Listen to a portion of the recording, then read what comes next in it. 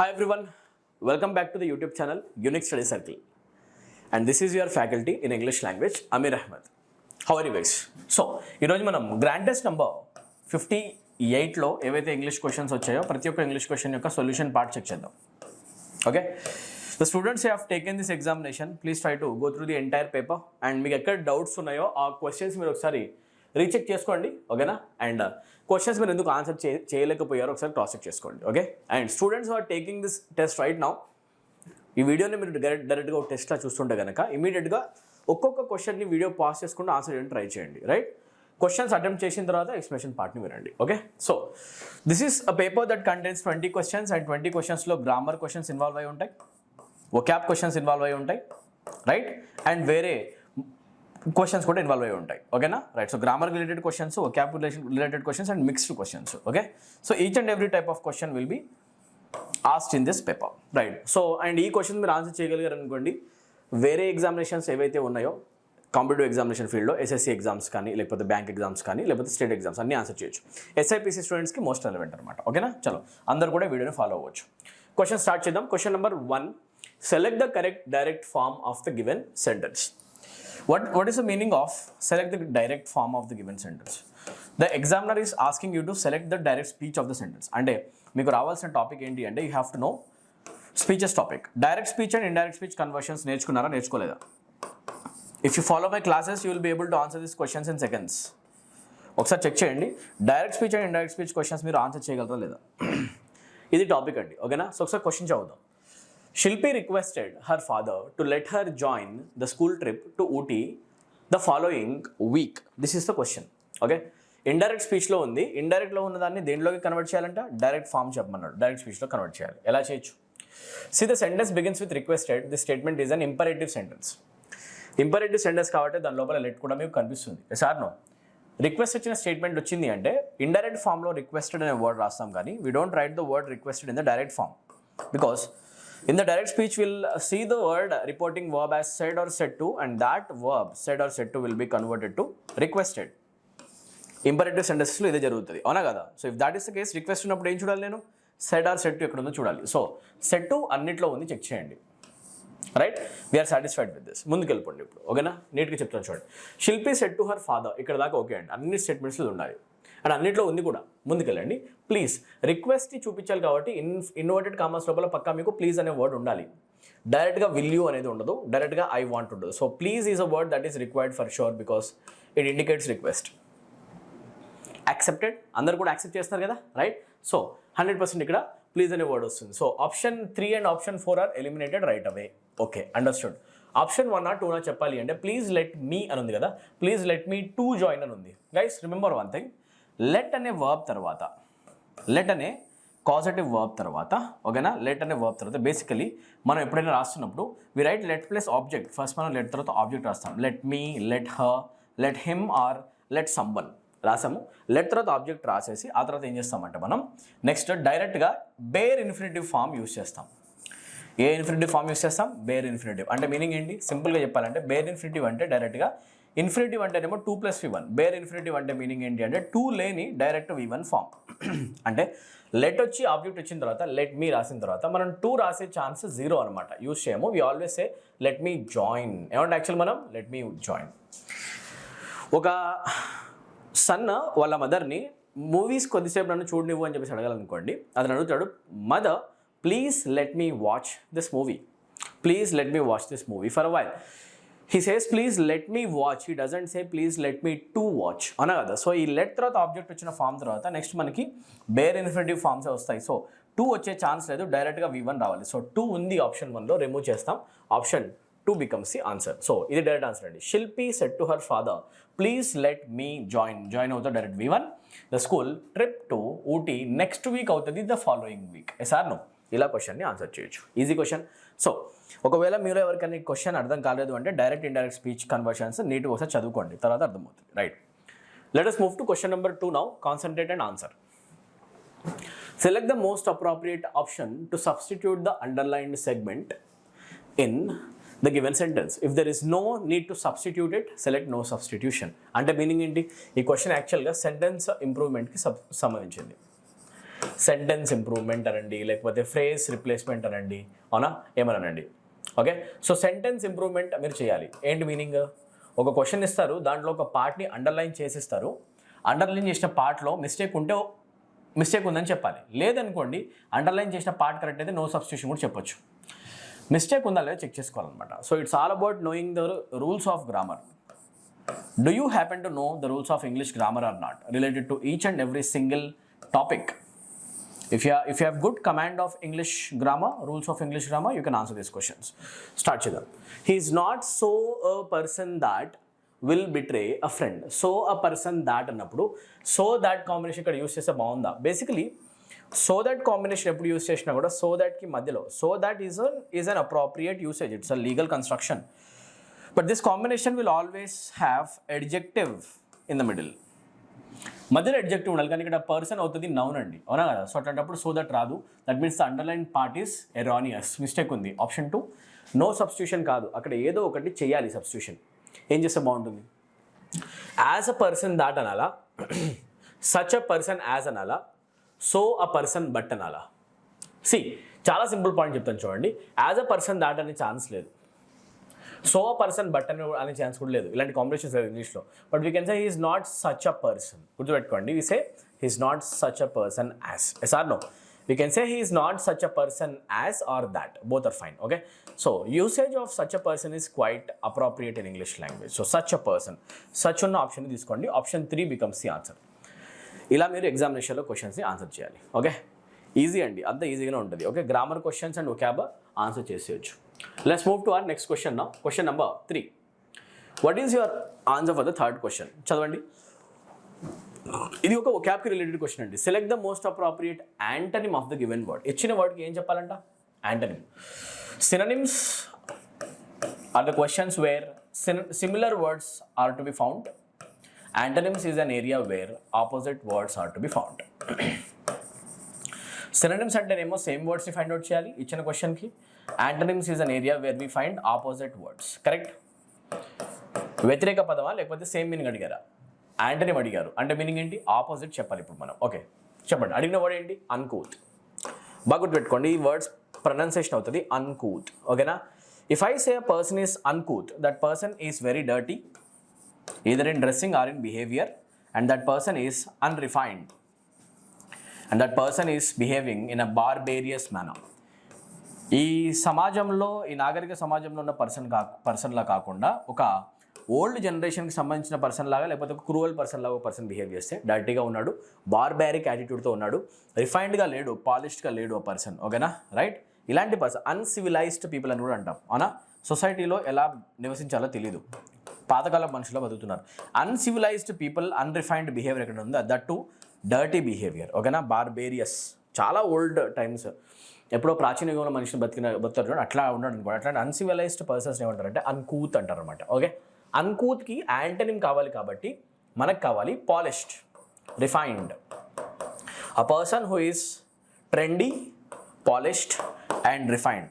ఈ రోజున్న మోడర్న్ వరల్డ్కి అడాప్ట్ అవుతున్న పర్సన్ కావాలి, రిఫైన్డ్ పర్సన్ కావాలి అండ్ ట్రెండీ పర్సన్ కావాలి. Yes or no? రైట్? అలాంటి పర్సన్ ఎవరో చూడండి, ఆన్సర్ అయిపోతుంది. Right? So careful and careless has nothing to do with this. Course or smooth has nothing to do with the question. Course surface అంటే meaning ఏంటి అంటే rough surface. So ఇది answer కాదు. అవునా? నెక్స్ట్, జనరస్ అంటే kind. If I say a person is generous, that person is kind hearted, kind at heart. Okay, ఇది కూడా answer అయ్యే chance. Option 3 wrong. So answer option ఏం కావాలి? 1. రిఫైన్డ్ అనేది మీనింగ్ అవుతుంది. అవునా కదా? రైట్? రిఫైన్డ్ పర్సనాలిటీ అంటే మీనింగ్ ఏంటి అంటే చాలా పాలిష్ అయిపోయాడు. అవునా? రిఫైన్ అయిపోయిన ఆయిల్ లాగా. రైట్? అంతా neat behaviour, neat clean, neat and clean in dressing and behaviour. అట్లాంటి పర్సన్స్ మనం ఏమంటామంటే రిఫైన్డ్. అవునా? సో ఆన్సర్ ఏమవుతుంది? 1. సో ఇది యాంటనిమ్ అయిపోతుంది. ఇలా మీరు వర్డ్స్, వాటికి సంబంధించిన అసోసియేటెడ్ వర్డ్స్ అని చదవాలి. Let us move to our next question. Fourth question. Select the most appropriate option to substitute the underline segment. Again, no substitution అవసరమైతే no substitution కూడా తీసుకోవచ్చు. అంటే another sentence improvement question. In this entire paper, I have tried to give you grammatical questions and vocab questions. There is no comprehension question in this test. Did you observe that? In each and every test, I used to give a comprehension part because comprehension part is pretty important and vital in every competitive examination. It is used or it is asked in all competitive examinations. Now, right now, in this test, I have focused on only grammar and vocab questions. Okay, so ఇవైతే మీరు try చేయండి. Sentence improvement question ఇంకోటి వచ్చిందండి, ఎక్కువ grammar questions వస్తాయి, try చేయండి. So my intention was to check your grammar or grammatical awareness, అందుకోసం test ఇచ్చాం అనమాట. Right, sentence improvement. I did not attend the meeting because I were not being invited. One thing is for sure, you can't say I were not being. You can't say this. If you can say this, no substitution becomes the answer, correct? ఇదే right అయింది అనుకోండి, no substitution answer అయిపోతుంది. But unfortunately we can't say this. I is a singular subject, I mean I is singular when it comes to past tense. అందుకే మనం ఐతో ఎప్పుడైనా verse use చేస్తాం కానీ were use చేయము. We say I was in English, but we don't have a tendency of saying I were in English. We say I was not able to do something, but we don't say I were not able to do something. Yes or no? So I తో was అయితే రావాలి past టెన్స్లో, వేరే కేసెస్లో పక్కన పెట్టేసేయండి. ఓకేనా, past tense. So that's why I can't say I were. అలా అయితే ఐ వర్ రాంగ్ అయినప్పుడు నో సబ్స్టిట్యూషన్ తీసేయాల్సి వస్తుంది, ఏదో ఒక కరెక్షన్ చేయాలి. ఐ యామ్ నాట్ బీయింగ్ అనొచ్చా?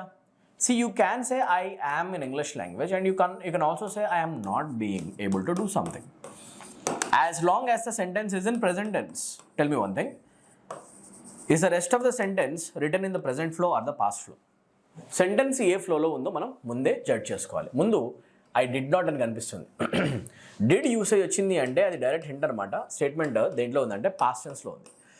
If the sentence begins in past tense, will we continue writing that sentence in present tense or past tense? పాస్టే రాస్తాం.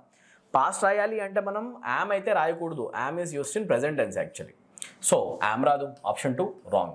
వర్స్ వస్తుంది కానీ వర్స్ యూసేజ్ వచ్చినప్పుడు we can't use I was not been, because this helping verb been, auxiliary been, can be used with has forms but not be forms.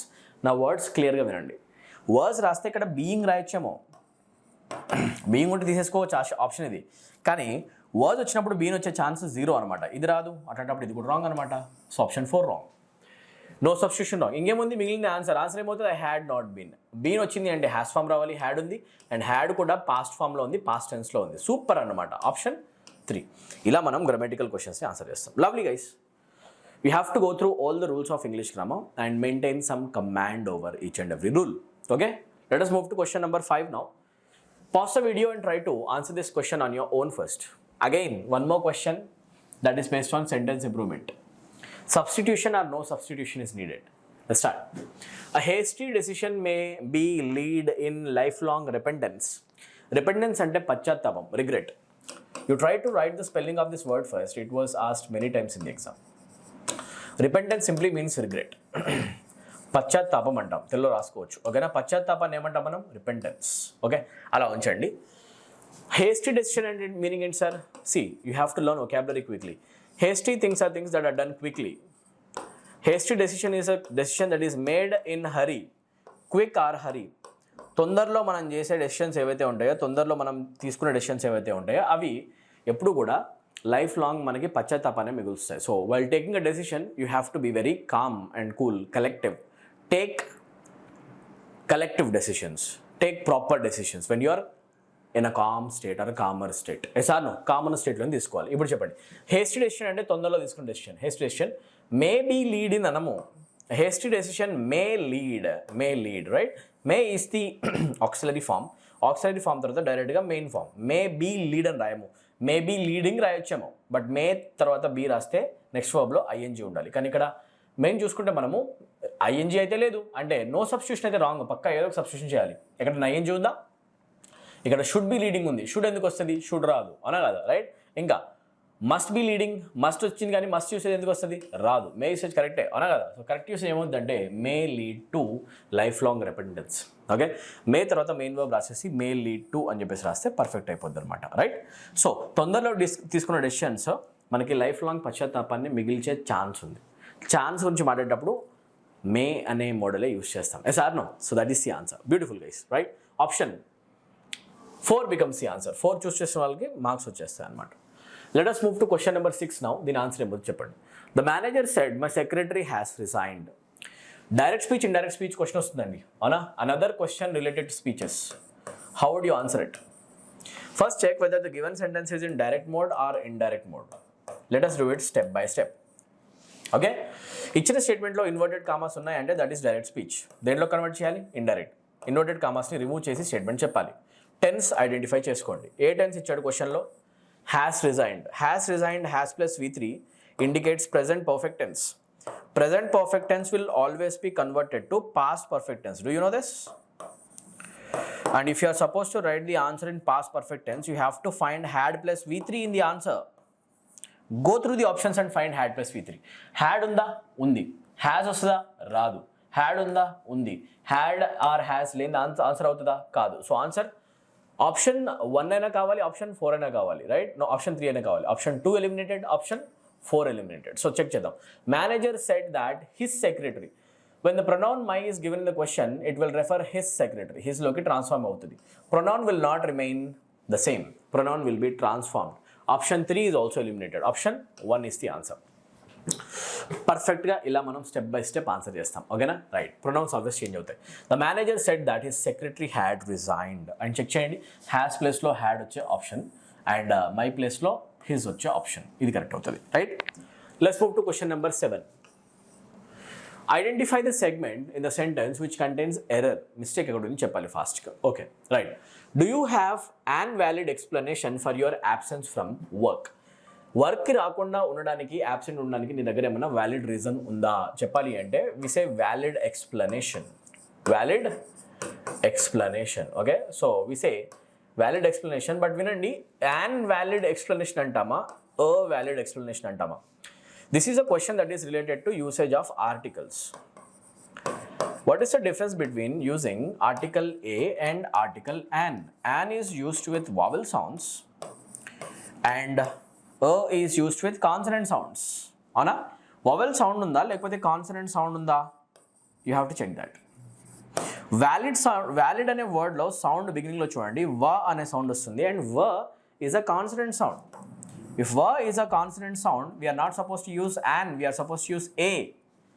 An valid explanation kaadu, we say a valid explanation. So an should be removed and it should be replaced by article a. Where is it? Option 2. ఇలా మనం mistakes find out చేయాలి. Questions ఈజీనే ఉంటాయండి, right? Topics పైన command maintain చేయండి, basic principles పైన command maintain చేయండి. If you are focusing on the basic fundamentals of English language, if you are holding a proper grip of English language rules, in that case you'll get the answers for every single question. Okay, so that is what you are supposed to try each and every day. Learn as many rules as possible and excel as much as possible. Okay, question number 8. Select the correct active form of the given sentence. ఇచ్చిన statement కి active voice అడుగుతున్నారు, ఇచ్చింది passive లో ఉంది అయితే. So this question is related to voices. Then as you all know there are two types of voices, one active voice, two passive voice. చాలా simple అండి, right? ఇచ్చిన స్టేట్మెంట్ ప్యాసివ్ వాయిస్లో ఉంది, దేంట్లో కన్వర్ట్ చేయాలి? యాక్టివ్లోకి, రైట్? ఎలా చేస్తాం? Identify the tense. What is given in the question? Are being scored. Are being plus V3. If this is given in the question is, am, are plus being plus V3, this is the passive construction of present continuous tense. Sir ఎలా తెలుస్తుంది? You have to learn the structures of passive voice of every single tense.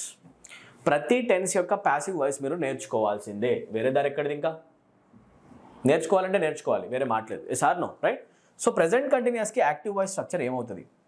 The active voice of present continuous tense is subject plus is, am, are plus V4 plus object. So where are you able to find this construction or this pattern among the options? That becomes your answer. Check చేయండి, subject అవుతుంది, ఇటు నుంచి ఇటు రావాలి. The batsmen అన్నీ కూడా సబ్జెక్ట్తో begin అవుతున్నాయి. So subject should be followed by is, am, are. Option 4 does not contain any of the is, am, are. Option 1 contains have been. We don't want have been. Option 2 and 3 contains are. Are should be followed by V4. V4 ends in ing. Main verb ki ing pettali and main verb is score. So we are supposed to find are scoring. Where in the options are you able to find are scoring combination? Option 2 answer అయిపోతుంది. Option 4లో are going ఎందుకు వచ్చింది? Main verb score అవుతుంది, going వచ్చే chance లేదు. Option 3 wrong. So when everything is eliminated the remaining one has to be the answer. Option 2. ఇలా మనం చెప్తాం అనమాట. ఓకే, బ్యూటిఫుల్ అండి, చాలా సింపుల్. వాయిసెస్ కూడా మీరు ప్రాక్టీస్ చేసుకోండి, active voice, passive voice practice చేసుకోండి. ఓకేనా? Done guys. Let us move to our next question. Question number 9. Okay, దీంట్లో ఏమడుగుతున్నారు? ఇండైరెక్ట్ స్పీచ్ మళ్ళీ. ఓకేనా? సో చూద్దాం. Brother said to him, how did you get the tickets to the show? The given statement is in direct speech and examiner is asking us to convert it into indirect speech. How do we do that? Identify the tense involved in the direct speech. Interrogative statement హౌతోనే start కావాలి. That వచ్చే chance లేదు. Option 2 అయితే direct element చేయండి. That రాదు, ఇది కూడా element చేయండి. రెండు ఉన్నాయి. హౌ టెన్స్ చెక్ చేసుకోండి. క్వశ్చన్లో ఉంది did. If did is given in the question, we can say that the sentence belongs to simple past tense and simple past tense will be converted to past perfect tense all the time. ఇండైరెక్ట్లోకి ఏమవుతుంది అంటే అది past perfect అవుతుంది. Simple past ఎప్పుడు ఇచ్చినా మీరు answer past perfect రాయాలి. That is what you're supposed to learn in the topic. మన స్టూడెంట్స్ ఈ క్వశ్చన్స్ చాలా ఈజీగా ఆన్సర్ చేస్తారు. తెలీదు, మీకు తెలీదు అనుకుని నేను చెప్తున్నా ఆన్సర్ అంతే. ఓకేనా? పాస్ట్ పర్ఫెక్ట్ టెన్స్ ఎలా ఐడెంటిఫై చేయాలి? See we write past perfect tense using had plus V3 combination. True. Had plus V3 తీసుకోండి, ఆన్సర్ పెట్టండి. ఓకేనా? If that is the case answer ఏమవుతుంది? హ్యాడ్ ఎక్కడ ఉంటే అదే. ఓకే, ఫస్ట్ ఆప్షన్లో హ్యాడ్ గాట్ ఉంది, థర్డ్ ఆప్షన్లో డైరెక్ట్ గాట్ ఉంది, తీసేయండి. Option 2 eliminated, 3 eliminated, 4 eliminated, answer 1. ఇంత ఈజీగా ఆన్సర్ చేయొచ్చు. ఓకేనా? సింపుల్ అండి. ఇంగ్లీష్ లాంగ్వేజ్లో questions easy. Next question. Raman is good at mathematics but geography is his Achilles heel. Idiomatic expression saying that something is your Achilles heel. Achilles heel, this is how we write it and apostrophe అని రాస్తాం. Super అండి ఇది. ఓకేనా? చూడండి, అకిలీస్ is a warrior. మీ అందరికి తెలిసిందే, యోధుడు అండి, అవునా కదా? Achilles is a brave warrior and is very famous across the world. అకిలీస్కి అసలు ఎలాంటి నెగిటివ్ పాయింట్ లేదు అండ్ వీక్నెస్ లేదు. అకిలీస్ అనే ఒక వారియర్ని ఎవరు చంపలేకపోయారు డైరెక్ట్గా ఫైట్ చేసి. ఎవరితో ఫైట్ చేసినా అకిలీస్ గెలిచేవాడు. కానీ అకిలీస్కున్న ఒకటే ఒక వీక్నెస్, అతని హీల్ అని అతను చనిపోయినప్పుడు తెలిసింది. ఎలా అయినా మనిషిని చంపలేకపోతే ఒకడు దూరం నుంచి ఒక బాణం వేస్తే అది హీల్కి తగిలితే అకిలీస్ చనిపోతాడు అనమాట. That becomes his weakness. So Achilles heel that's how come into existence to show the weakness of a person. It is used to show that context. That is how it got into the usage. అంటే meaning ఏంటి? Achilles heel అనేది ఎప్పుడైనా వాడామంటే we are talking about a weakness of a person. What is somebody's weakness? We say it is his Achilles heel. అదొక usage అనమాట. So ఒక warrior యొక్క పేరు అండ్ అతని స్టోరీని బేస్ చేసుకొని ఇంగ్లీష్లో ఒక ఇడియం ఉందన్నమాట. This is how we learn the meanings of idioms along with their stories so that we retain them for longer, right? So ఇప్పుడు అకిలీస్ హీల్ అనే వర్డ్కి, ఇడియంకి మీనింగ్ వీక్నెస్ అనమాట. అయితే answer focus answer, strength answer, favourite answer, meaning అడుగుతున్నారు కాబట్టి answer weakness. That's it. Meaning రమన్కి maths బావచ్చు కానీ geography రాదు. జాగ్రఫీ అతని weakness, weak area. Achilles heel. If someone is good at doing something, మనం అంటాం గుడ్ ఎట్ మ్యాథమెటిక్స్ అంటాం. కానీ ఇది కూడా చాలా వచ్చిన క్వశ్చన్ అనమాట, నేర్చుకోండి. We don't say that a person is good in doing something. We never say Raman is good in mathematics. We say Raman is good at mathematics, Raman is bad at mathematics. Okay? Good at, bad at అనేది ఒక usage. ఇది కూడా నేర్చుకోండి. Next question. 11th question. దీన్ని ఆర్డర్లో పెట్టాలి. Sentence rearrangement అంటాం. Options check చేయాలి. అన్ని ఆప్షన్స్ ఏతోనే బిగిన్ అవుతున్నాయి. ఆప్షన్స్తో ఆడాలి. ఫస్ట్ అయితే ఏ వస్తుంది? I learn to push Lily's wheel chair. నేను లిల్లీ యొక్క వీల్ చైర్ని నడవడం నేర్చుకున్నాను. బాగుంది, సూపర్ రా, నేర్చుకున్నాం. ఓకేనా? ఆ తర్వాత ఏం చెప్పాలి? ఏ తర్వాత బీనా, సీనా, డీనా, 2 సార్లు సి వస్తుంది, చెక్ చేద్దాం. I park the chair in front of the pond. ఇక్కడ సి ఉంది, ఇక్కడ సి ఉంది. ఆ చైర్ని తీసుకెళ్ళి ఎక్కడ పార్క్ చేశాడంటే ఆ పాండ్ అంట, అలా ఉంచండి. ఓకేనా? మళ్ళీ చూస్తే డీలో 1 afternoon I wheeled her to the park. పార్క్కి తీసుకెళ్ళిన తర్వాత పార్క్ లోపల పాండ్ ఉంటుంది కదా, అవునా కాదా? అంటే ఫస్ట్ నువ్వు పార్క్కి ఎంటర్ అవ్వాలి, పార్క్ వెళ్ళాలి. పార్క్ వెళ్ళిన తర్వాత వీల్ చైర్ని తీసుకుపోయి పాండ్ దగ్గర పార్క్ చేయాలి. That is the logic. That simply means you have to go to the park first. ఒక ఆఫ్టర్నూను నేను పార్క్కి తీసుకెళ్ళామని అని చెప్పాలంటే ఫస్ట్ నువ్వు పార్క్ వెళ్ళేది చెప్పాలి. అంటే ఏ తర్వాత డి రావాలి, డి తర్వాత సి రావాలి, సి తర్వాత లాస్ట్ రావాలి. ఆన్సర్ అవుతుంది ఏడిసిబి. అయిపోయింది ఆన్సర్. ఆప్షన్ 3 చూద్దాం.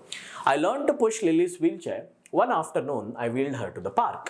ఏడి. ఆ తర్వాత C I park the chair in front of the pond. ఒక పాండ్ దగ్గర ఆపా. ఓకేనా? ఒక చెరువు దగ్గర. Next, it was fun to watch Lily roll her eyes to watch the ducks.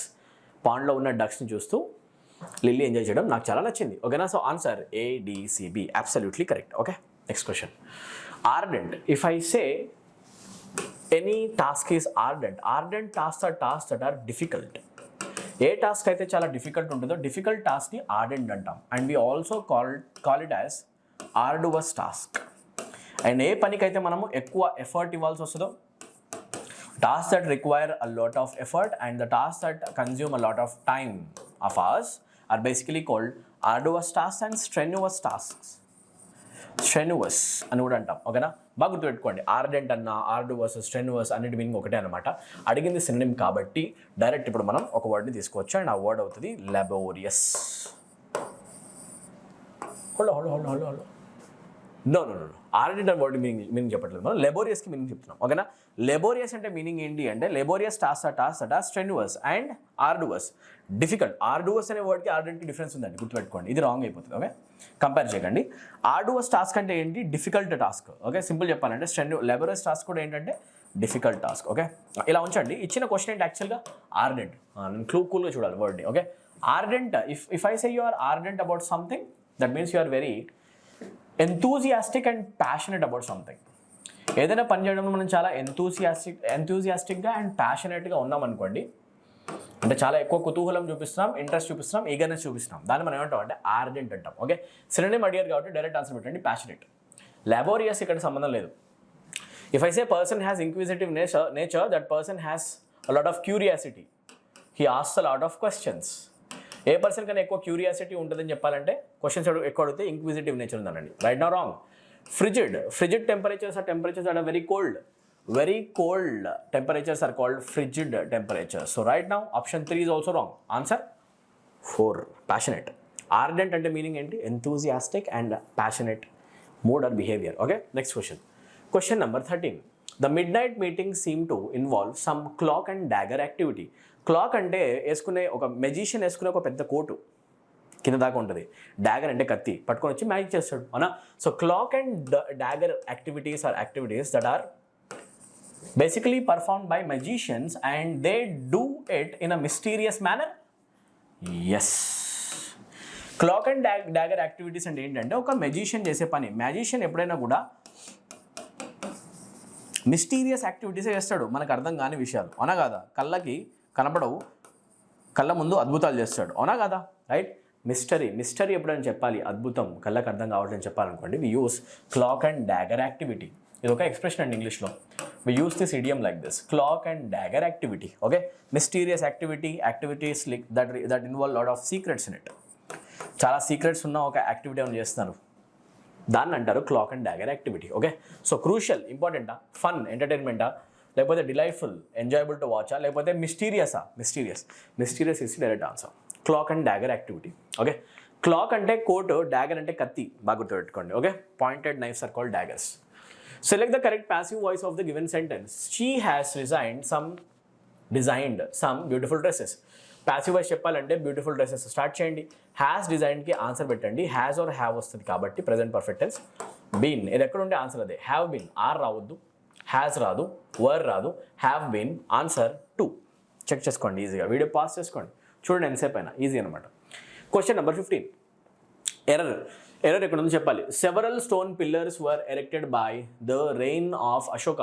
Ashoka యొక్క కాలంలో, అశోక ఎప్పుడైతే పాలించే సమయంలో చాలా స్టోన్ పిల్లర్స్ ఎరెక్ట్ చేయించాడు అని చెప్పాలంటే we say in the reign but not by the reign. We say in the reign of Ashoka or we also say during the reign of Ashoka. Both are fine actually, ఈ రెండిట్లో ఏదున్నా okay. అశోకుడు పాలించిన సమయంలో, అశోకుని పాలనలో అని చెప్పాలంటే ఇన్ను డ్యూరింగ్ వాడతాం. Why do we use by? Wrong అయితే, బై రాంగ్ అయితే మరి తీసేసేయాలి, అవునా కదా? సో ఎక్కడ మిస్టేక్ ఉంది? ఇక్కడ కదా, ఎక్కడ ఉంటే అది, ఇది ఆప్షన్ 4లో మిస్టేక్ ఉంది, దట్స్ ఇట్. ఎర్రర్ని ఫైండ్ అవుట్ చేయాలి, ఓకే? అది ఆన్సర్ అనమాట. Next question. Shudder basically means, shudder simply means shiver or tremble. I shuddered yesterday, I shuddered with fear. అంటే మీనింగ్ ఏంటి అంటే ఐ షివర్డ్, ఐ ట్రెంబుల్డ్, ఓకేనా? సో షివర్ అవ్వడాన్ని, ట్రెంబుల్ అవ్వడాన్ని బేసికల్ ఏమంటారంటే షడర్. సో డైరెక్ట్ అడిగింది సినోనిమే కాబట్టి ఆన్సర్ షివర్ పెట్టండి. షాకల్స్ ఆర్ బేసిక్లీ చైన్స్, సంకెళ్ళు.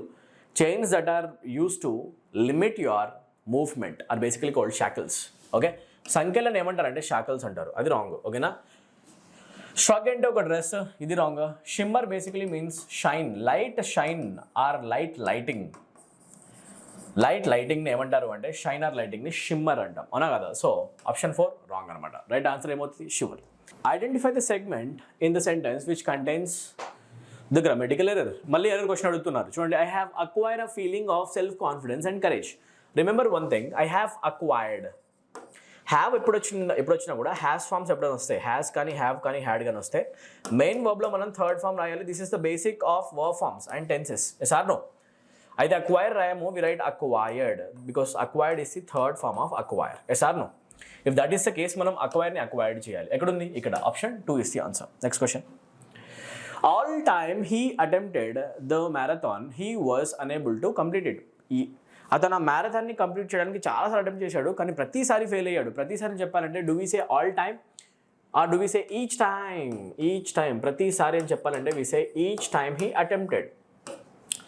Each time he attempted. Yes or no? We don't say all the time, అవునా? సో ఈచ్ టైం పెట్టాలి. ఈచ్ ఎక్కడ ఉంటే అదే ఆన్సర్. సో ఇక్కడ మీరు చూసుకోండి, ఆల్ టైమ్ దగ్గర ప్రాబ్లం ఉంది. Option 2 contains error. ఇలా చేయాలి. Question number 19. The travel agency has sent the hotel reservation details for dash holiday. For our holiday ఆబ్వియస్గా. Yes or no? Right. Possessive adjective usage ఇలా రాస్తామండి. For our holiday. ఇది correct కదా? Noun వచ్చింది అంటే ముందు పొజెసివ్ అడ్జెక్టివ్ వస్తుంది. మా హాలిడే అని చెప్పాలంటే పొజెసివ్ అడ్జెక్టివ్ రాస్తాం, ఎస్ లేకుండా రాస్తామండి. రైట్. Our holiday. సో ఎక్కడ ఉంది? Option 3. Next question. The burglar used the ladder who lied on. Ladder అంటే నిచ్చెన. Ladder basically is a thing and in order to talk about things we can't use the relative pronoun who. Who రాదు. Option 3 wrong. Who wrong అయితే option 2 కూడా రాంగే. So that was laid. Laid అంటే పరచబడింది, పరచడం కాదు, రాంగ్ అనమాట. ఏదైతే పడిందని చెప్పాలంటే లయింగ్ అంటాం. విచ్ అనేది వాడచ్చు వస్తువుల కోసం. సో థింగ్స్ కోసం మనం విచ్ వాడచ్చు. And which was lying. ఏదైతే ల్యాడర్ కోర్ట్ యార్డ్లో పడి ఉందో అని చెప్పాలంటే విచ్ వాజ్ లయింగ్ అనొచ్చు. సో ప్రాపర్ యూసేజ్ ఇదనమాట. Option 1 is the answer. ఇలా మీరు గ్రామర్ అండ్ ఒకాబ్ క్వశ్చన్స్ని థరోగా ఆన్సర్ చేయడానికి ట్రై చేయాలి. ఈ టెస్ట్ మొత్తం గ్రామర్ ఒకాబ్ టెస్ట్ అనమాట. I hope you like it guys. Okay, thank you so much for watching. Video నచ్చితే కనుక 100% లైక్ చేయండి. అండ్ మీరు ఇంగ్లీష్ క్లాసెస్ ఇలానే నేర్చుకోవాలనుకుంటే simply follow Amir sir's English classes. Okay, Amir sir's English classes.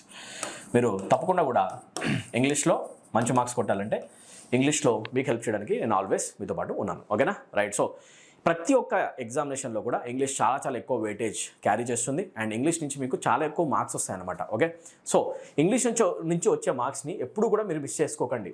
Okay, ఇంగ్లీష్లో కొంచెం focus చేస్తే మంచి మార్క్స్ కొట్టే ఆపర్చునిటీ ఉంటుంది.